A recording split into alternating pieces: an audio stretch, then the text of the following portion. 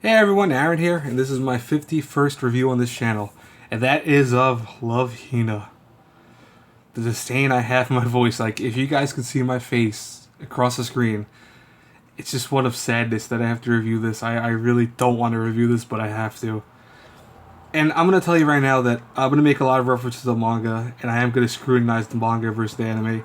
I don't typically do that in my reviews, but this came out more towards the middle point of the manga, like a lot of stuff did, but when I saw it was I was already almost done with the manga, and I saw this, and I was so happy for the anime because I thought, oh man, it's gonna be amazing. Lo and behold, no, it's not.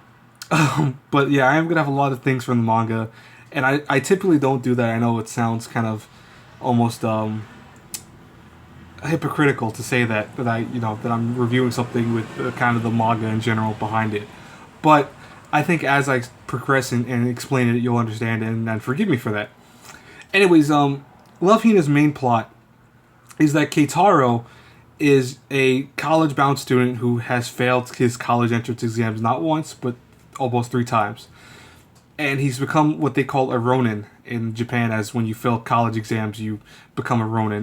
The real translation of ronin is a person without his master, but in this show it's kind of a play because now he's got really nowhere to live. He's not that his parents don't want him around, but they feel that he's not getting proper study, and that's why he's failing these tests.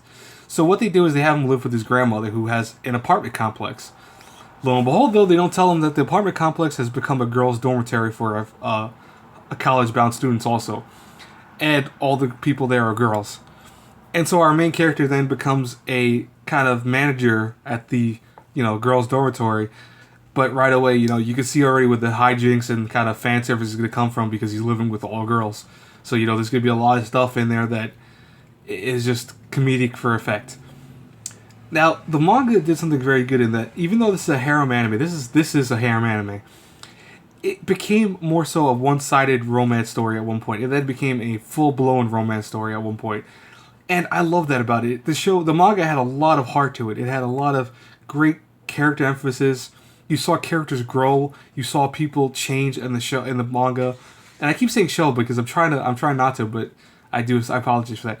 But you keep seeing that in the course of the manga, Keitaro grow from this kind of wimpy main character to kind of a stronger main character, almost like Kenichi in a lot of ways. Not as cool as Kenichi, but kind of like him. And in the end, there's a actual romance story that blossoms that I consider very good. The anime removes all of that essentially. It gets rid of everything that I liked about the manga and decides, hey, let's make an anime out of this series. And in it, I just tell you, I hate this anime. I really do. It's not gonna fail. I'll tell you that it's not gonna get deaf, but you can see where it's gonna go. Besides the story being so convoluted in the actual anime because they get rid of a lot of the romance elements, it's still there sort of, but it's not as open to it, and it's not as done the correct way that the manga did it. Or even if you look at this besides the manga standpoint, it has a very bad romance story. It focuses on the harem elements more, and it doesn't even do a good job with those.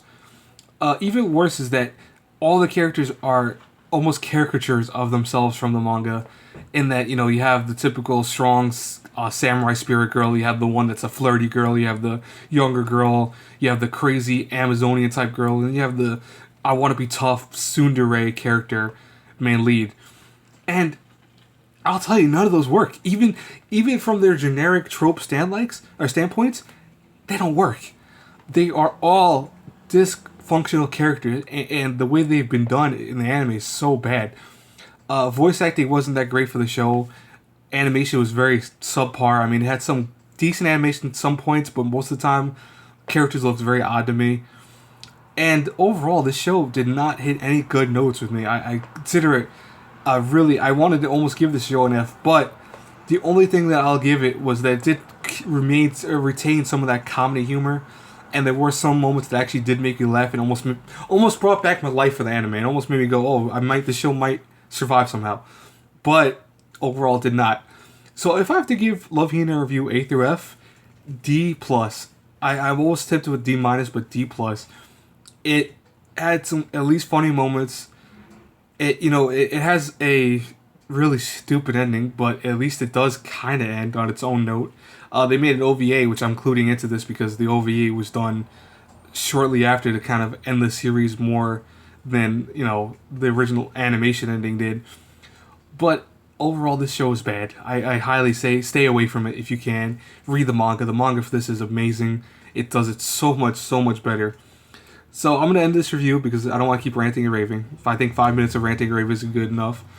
And so anyways, guys, if you like the video, like, comment, subscribe. It helps me out. I'm going to start sharing. I want to say start sharing my videos, but I don't want to do that. You know, you guys, if you want to share it, share it. If you don't, no big deal. Anyways, guys, until our paths cross again in the next review, have a good one. Bye.